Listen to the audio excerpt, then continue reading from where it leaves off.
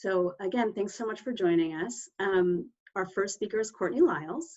Dr. Lyles is an associate professor in the UCSF Division of General Internal Medicine at Zuckerberg San Francisco General Hospital. Also a professor at the UCSF Center for Vulnerable Populations and the associate director of the UCSF Implementation Science program in the Department of Epidemiology and Biostatistics. You keep yourself busy, it sounds. Dr. Lyles uses quantitative and qualitative methods in her health services research to examine quality of care, health behavior, and health outcomes. Her research specifically focuses on harnessing health information technology to improve patient-provider communication for chronic disease self-management to ultimately reduce disparities in health and healthcare outcomes for low-income and racial ethnic minority populations. So with that, I'm going to have Dr. Lyles take it away. Great. Hopefully you can see my presentation. Just let me know if anything is weird. Thank you so much for having me and for that wonderful introduction. I thought I would talk today just a little bit about how I think about the state of digital health in the United States and how COVID has affected that, to get you on the same wavelength of how I think about these issues. And then I have three really brief things that we've been doing in the time of COVID that I thought might be of interest to you all. Two are about telehealth, both telehealth data from the EHR and also trying to help diverse patients at San Francisco General use telehealth. And the third is from a brief example of something we're doing to change our RCT to a remote RCT recruitment strategy that I'm guessing many other people are also thinking about in this time. So when I think about this issue, I just wanted to set the stage that I've been thinking a lot about the digital divide. And I think with COVID and the ideas that not everybody has broadband at home, especially for education, I think this is becoming a little bit more commonplace kind of conversation in the last few months. But there are lagging groups of individuals who actually aren't on the internet or don't have a smartphone. This is data on internet use. It looks pretty similar by smartphone use in the United States. A majority of people now have access to all this information in their hands, but there are certain groups. This is showing income data. It also persists by education data, age, especially older adults, and rural versus urban differences on potentially some groups that are lagging behind. The second really interesting thing that affects sort of how we think about interventions is this new trend of smartphone dependence in the United States, a lot of which is built on the cost of home internet, broadband at home, so that low-income individuals, rather than lagging behind, like I showed you on the last slide, this shows the lowest income individuals in the United States being the most likely, over a quarter of them actually only use their smartphone to access the internet. So they do not have broadband or Wi-Fi at home, and so they are on a limited data plan. And this matters for things that I work on, like telehealth, because when you have a limited data plan for your month, you make a lot of decisions about whether or not you'd want to do like a video visit, for example, that takes up a lot of bandwidth versus other things that you're trying to do on your data plan month to month. So this is a really important thing for us to think about when we're intervening or offering digital solutions to participants and patients. There's not great data by language, but I just wanted to put up some older data. This also persists for non-English speakers and immigrant populations in the United States, and so specific needs among that group to get onto both internet and smartphone use persist as well, as in addition to the Pew data that I showed that was more about education and income. And then I'm having a little freeze there. There we go. And then the third pillar, right? So that's a lot about devices and a lot about broadband access. The third piece of it for my work is really about digital literacy skills. There's not great national data about digital literacy skills, but in San Francisco, we're very fortunate to have something called the San Francisco Digital Equity Initiative that's housed in the Mayor's Office of Housing and Community Development. And they did a survey a couple of years ago now trying to tease apart these issues. So this is all San Franciscans at the top and how they use internet at home. And then they broke out within those internet users, people who had both internet at home and who self-reported basic digital literacy skills. And they define that as being able to do an online search, finding websites, sending emails on your own. And you can see here that we are a tech-connected city, Silicon Valley, But for some of the same patient subgroups that we showed differences in national data, they persist with having barriers here in San Francisco specifically. So non-English speakers, older adults, and low-income San Franciscans have some pretty steep barriers, both with internet at home and also with their literacy and being able to use those on an everyday basis. If you think about digital health tools specifically, so not just the broadband or the skills, but say, what are the types of things people are doing? There's survey data from places like Rock Health. This is just one example. This is a digital health incubator that you guys might have heard of, and sort of breaking out down the rows here, different types of digital solutions like telemedicine pre-COVID, wearables, things like that. And on the columns, they broke out from their survey respondents specific groups, and the ones that I'm most interested in and sort of the work that I do are chronically ill seniors and vulnerable individuals who they define as Medicaid or low income individuals. And you can see that those two columns have the lowest uptake of digital strategies and digital tools nationwide, except for that fourth row, searching for health information online, which looks pretty consistent across all of the groups that are surveyed. And the reason I like to show this slide is really, I think when we think about barriers to use, I really think the more I've done this work over the last decade, interest is not really the barrier. Almost all groups really have an interest in being able to do digital tools and digital health tools online. There are other fundamental barriers like the broadband and device ownership and the usability of the tools that tend to be some of the things that get people tripped up in being able to use them on an everyday basis. Okay, well, the whirlwind background, but just to sort of get you oriented to sort of how I think about the topic. And then I thought I would share just 3 quick examples of things that we've been doing the last few months. The first is that right after the pandemic, several colleagues of mine, Sarah Norrie, Elaine Kung, and Leah Carliner here at UCSF, looked at UCSF health data about who is accessing telemedicine. And we broke out, this is the same kind of groups that I showed you on the Pew data, trying to think about in the first few weeks after the pandemic, when we did a rapid switch in care to telemedicine for all patients, the same groups, older adults, non-English speakers, publicly insured individuals, and some racial ethnic minority groups were less likely to use telemedicine, even though they were using visits, they were accessing care and visits at a higher rate pre-pandemic. And so this brings up the same kinds of concerns.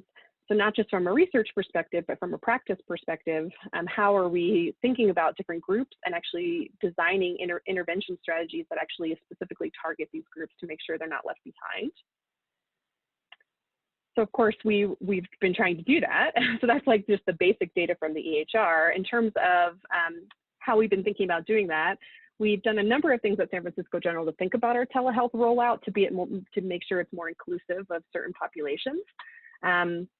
We did a small study that's about to come out, I think this week or next week in JAMIA, that's just looking at, can we call up 300 of patients who are about to have a visit, specifically either an in-person visit or a video visit, a phone visit, any kind of telehealth visit, and ask them about their interest in telemedicine, specifically their interest in video visit rather than phone visit for their care, and also what kind of barriers, document what kind of barriers they had to be able to access a video visit in real time. The bottom lines from this study are that, again, the interest is high. 65% of the patients that we called through were interested in trying video for their upcoming appointment, and 54% of them were able to download Zoom with us verbally over the phone and test out a Zoom download before their visit happened. So get the app on their phone, get ready for the visit, and try it out briefly with the medical student who was helping us call through patients. And in these 3 breakout graphs, you can see here there were some age differences in who was interested and who was able to complete, with the younger groups being a little bit more interested and able to complete, but that actually higher interest among the Latinx and the Spanish-speaking patients that we called through compared to other groups in our population. So again, high interest among many subgroups in being able to do video visits. The last thing I'll say about this study is we wrote down all of the barriers that they had and exactly what happened when we called them through and tried to walk through this. And again, of the half that had barriers to the video visits, data and internet access were the most common issues. So underscoring those fundamental barriers that I mentioned at the very beginning of the call. And then the third thing I thought I would show, because I definitely want to leave time for questions, is we have a randomized trial also occurring during the time of COVID. It's been very interesting to try to figure out adaptations to a randomized trial to make it ready for remote recruitment. This is specifically a digital health randomized trial called the DIAMANTE study. It's a text messaging based study that helps patients with depression and diabetes increase their physical activity. And so it has an app running in the background to help track their steps from their pedometer on their phone. And pre-COVID, we were doing that in person. We were meeting patients and downloading the app on their phone, answering questions for them, getting them all set up so that they could participate in the intervention. Post-COVID, we've been doing completely remote onboarding of our patient population into the study.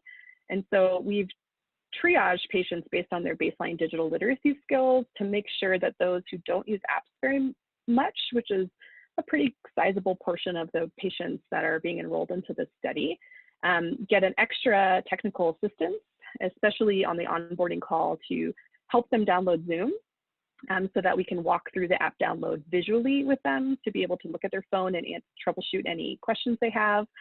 And they also get a lot of text message links. So they get the text message to do electronic consent form on Qualtrics. They get a text message to look at the survey that we're going to go through with them, and they get a text message to the link to download Zoom directly. So we get them on the phone, we start texting them the links to how to do various strategies, and then we're able to troubleshoot as we go through each step one by one.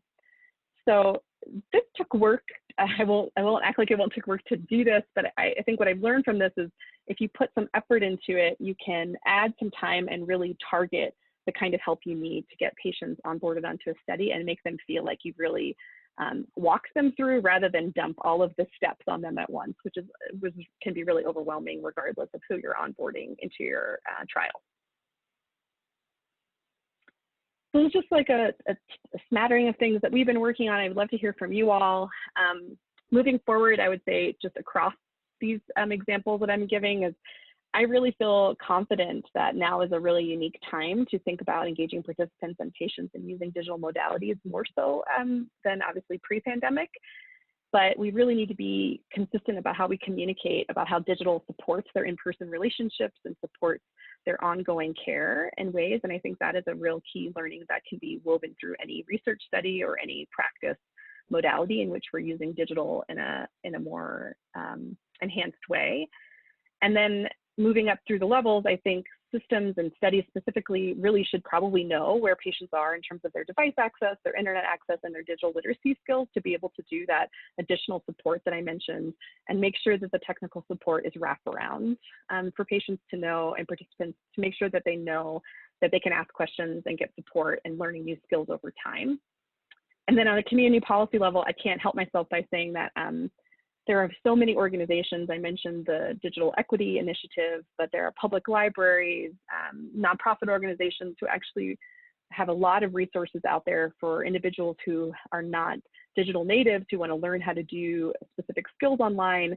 And I think we can do a lot better job connecting to those resources for participants to build up their literacy skills and their interest in doing various tasks, and also hopefully advocate for things like broadband as a more fundamental service, so that we in healthcare can have a similar voice of having access to this as a fundamental service for participants and patients, the same way that people in education have been doing over the last few months. So those are my soapbox. I'll leave you with one slide of some resources in case you're interested in checking out a few more things. We have a toolkit that we just released that has some of the same kinds of content. It's specific to telemedicine, but a lot of these basic digital literacy links and tools exist within the toolkit, and also a great group called the National Digital Inclusion Alliance that keeps an updated list of low-cost broadband and device resources nationally, and also updated resources for COVID-19, special programs for COVID-19 for low-cost programs. So that's all I had. Would love to hear from you all. Thanks so much, Courtney. That was great. We are running a little bit behind schedule, but I want to just open it up for a question if anyone has a burning question, and you can put it either in the chat or I guess raise your hand. I just don't know if I'm going to be able to see everybody since there's 3 screens worth of people. And I don't see anything coming in just yet, but Courtney, I was wondering if you've collected any data on changes in access over the past 8 months, like when you started, if there was a certain level of literacy and you're seeing an increase in the participants in your studies? Great question. I'm not sure the basic access has changed that much, even though these lots of programs are available for low-cost service. I'm not sure that has changed. Most people have had a device, and so they're hesitant, I would say, to sign up for broadband if it's not going to be in perpetuity a low-cost or free program for them, at least for the patients that I work with.